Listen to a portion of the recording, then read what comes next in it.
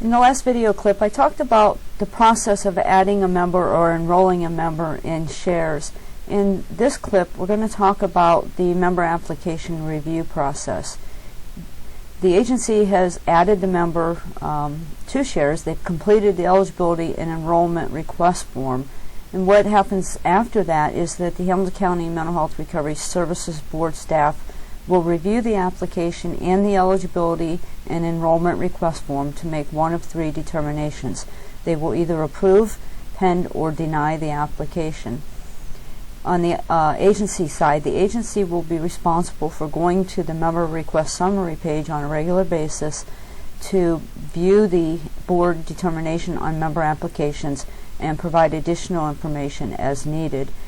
In this process, then the Hamilton County Board staff will review the modified application and make a determination again. This process will repeat itself as long as the client remains in pending or unprocessed status. So agencies can review the member request summary using one of two methods. On their home page, you'll notice in the left panel, the green panel, there is a link at the bottom that is for member request summary. So agency staff can click on that link, or using the navigation structure in the upper right corner, they can click on or highlight provider and come over and click on member request summary.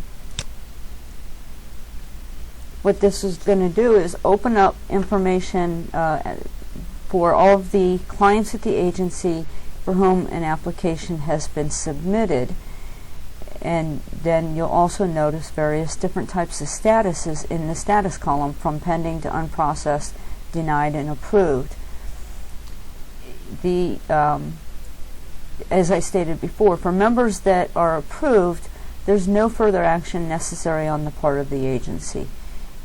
Similarly, if a member is denied, there's no further action necessary unless if the agency staff believes that this is an inaccurate determination and then wants to follow up with board staff on that particular client. Unprocessed means that the board staff has not yet reviewed the member application to make a determination, and pending means that the board staff has reviewed it and has determined that there's additional information, or has decided there's additional information necessary in order for that staff member to be able to make a determination on the client member status. So in this particular situation, there are two members who have pending status, and these are those members that the agency staff then have to go in and review and to determine what information is missing, and then provide that information and submit it, and saving the documents after making the changes. The first one up here at the top that is highlighted for Cody, Wyoming, you'll notice down in the notes section, it states that the client eligibility and enrollment request form is incomplete. Please provide responses to G and I. And as you'll recall, when we provided the training for the system and also in the Shares User Guide, the G and I are letters that stand for particular items on the checklist for the Hamilton County required fields in the Shares Eligibility and Enrollment Request form. And I'm going to go ahead and switch to that form so that you can see it. So in this particular case, G, the information that has not been provided is the residency eligibility and verification section has not been completed. And then also the notes had stated that I was not provided. In other words, the agency staff did not attest to having received consent for treatment, authorizations for release of information, and notices of privacy practices. So what the agency staff member then wants to be able to do, or needs to be able to do, is go in and update that individual shares eligibility and enrollment request form to provide that missing information. To do that, they would click on the Edit button in the upper left-hand corner. That allows for this information to be accessed and modified, and they would click on the Shares Eligibility and Enrollment Request Form link. That will actually open up the form, and they will be able to make those changes in the form. And in this particular case, I'm going to scroll to those particular sections, the G&I sections, to see what information is there. And you'll notice that this particular item is client living at legal primary residence entered in IPC was not responded to. What this question is asking is when the member was added into shares, when the application was completed, an address was provided. And this question is simply asking, is the client still living at that residence that was entered? I'm going to go ahead and change that to a yes. And then the other thing here are these two items, provider reviewed, contractually required residency documentation, and provider attached the contractually required residency documentation to this enrollment. One of these two responses has to be a yes response. I'm going to go back to the shares checklist for a second and go down and point that to that section, and you'll see the note here that number 2 or 3 must have a yes response. And when number 3 is no, the board may request additional documentation. Since both of these currently are no, the agency staff would have to change one of these, at least one of these, to a yes. They can say that yes, they've reviewed the required residency documentation with the client, and leave the attachment as no, or they can change them both to yes. If they change the provider attached to yes, they would then submit that attachment by opening that member file and going to that member's member request summary page, which is where they would be able to go ahead and submit an attachment. And then the other section that was missing in this particular enrollment form was the very last section of the document on the provider attesting that all federal, state, and contractual requirements, including but not limited to the following, have been met: consent for treatment, authorizations for release, and notices of privacy practices. I'm going to change that to yes and go ahead and click on Save.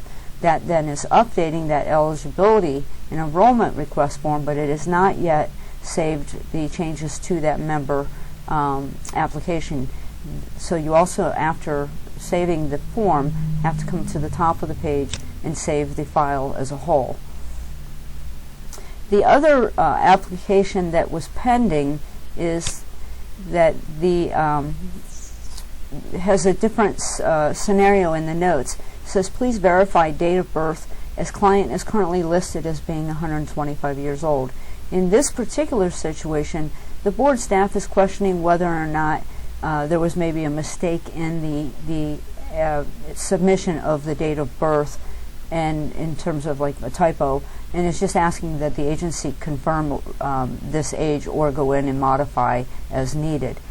In this particular case, this information is not in the shares eligibility enrollment request form. This is information that was provided on the member application page.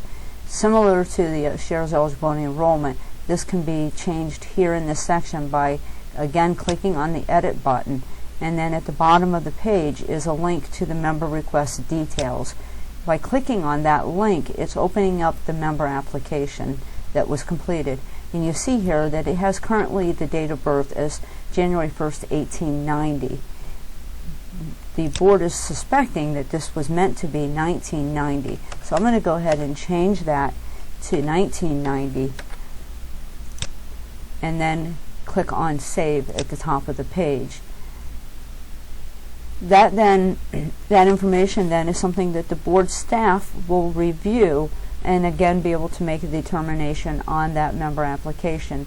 The agency staff has a member request summary page, and you'll notice that once those changes were made by the agency staff, it's now indicated as unprocessed, and that's because those changes are done in a way that the agency now believes that the information that led to the application being pended has been addressed. It goes back into unprocessed for the board to review as if it's a new application. So when I click on the board page, you'll notice it still says pending, and that's because I'm already in this page. Otherwise, it would also say member unprocessed. Board staff would then go in, review that information, and determine whether or not at that point they can make a change to the client application. What we've talked about so far, what I've talked about so far, is the individual level feedback on client applications.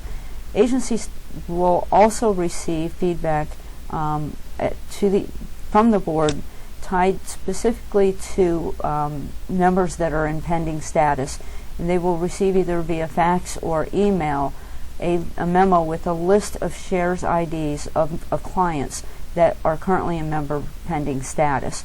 That will be another way for the agencies to know that they're going to have to go into the member request summary page or the individual client file and address the mistakes that are identified for the clients that are listed in this form that is communicated to the agencies.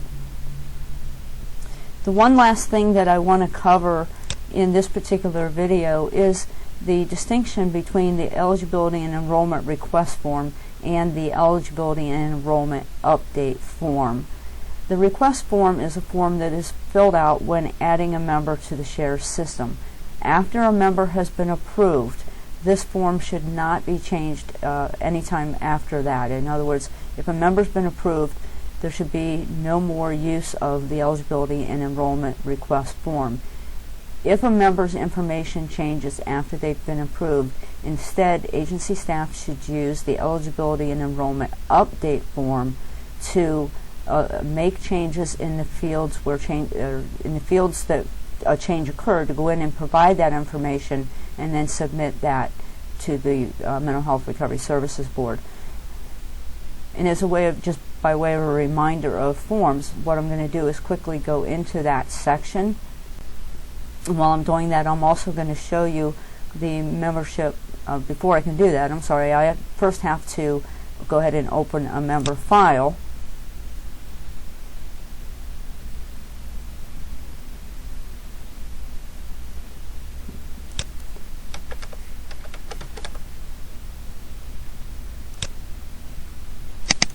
And once I have the member file open, it actually opens to the membership summary page. And this is where you see that there's an opportunity to add an attachment to that member file for, and this, for example, I had mentioned the residency verification forms. They would be attached here.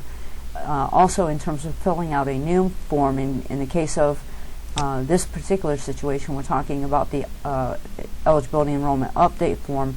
You go to the membership forms tab, and at the very bottom you'll see sometimes this will be collapsed and it will just be a member folder. If it is, you would click on the member folder, then the other folder, and you'll see that there's a SHARES eligibility and enrollment update form in there. You would click on that and click on add form.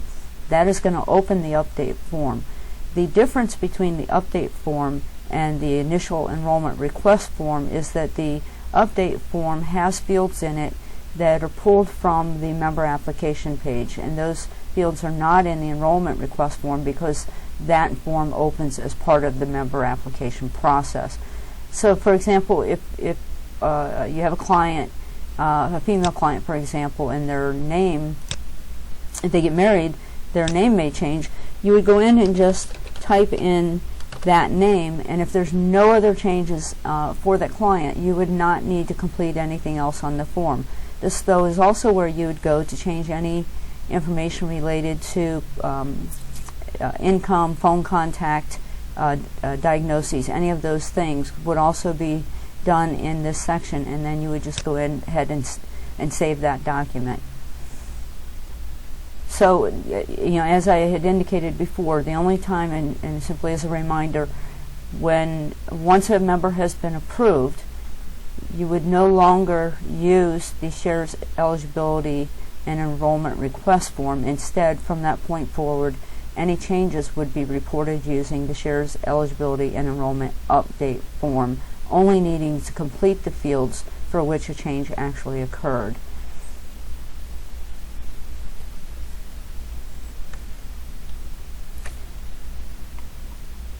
I'm going to log out and then log back in without having a member file open.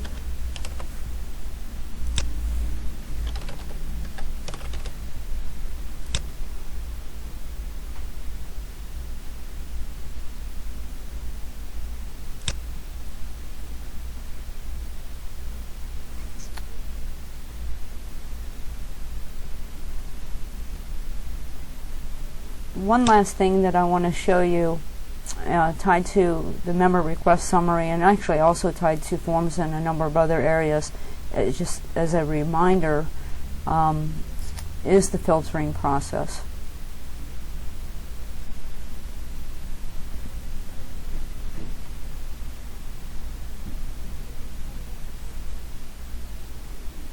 Currently, this list, there's only, in this test data, there's only a handful of clients listed here. But as you add more and more members of shares, this list will get quite long. And so the way of managing this list is to use the filter process. You'll notice up here in the upper left, there's a link for member request filters. You would click on that link and say you're only interested in pended clients. You would be able to go in, uncheck the other boxes, and then click on the filter button at the top of the page. What that's going to do is reduce the list of clients that would be reviewed.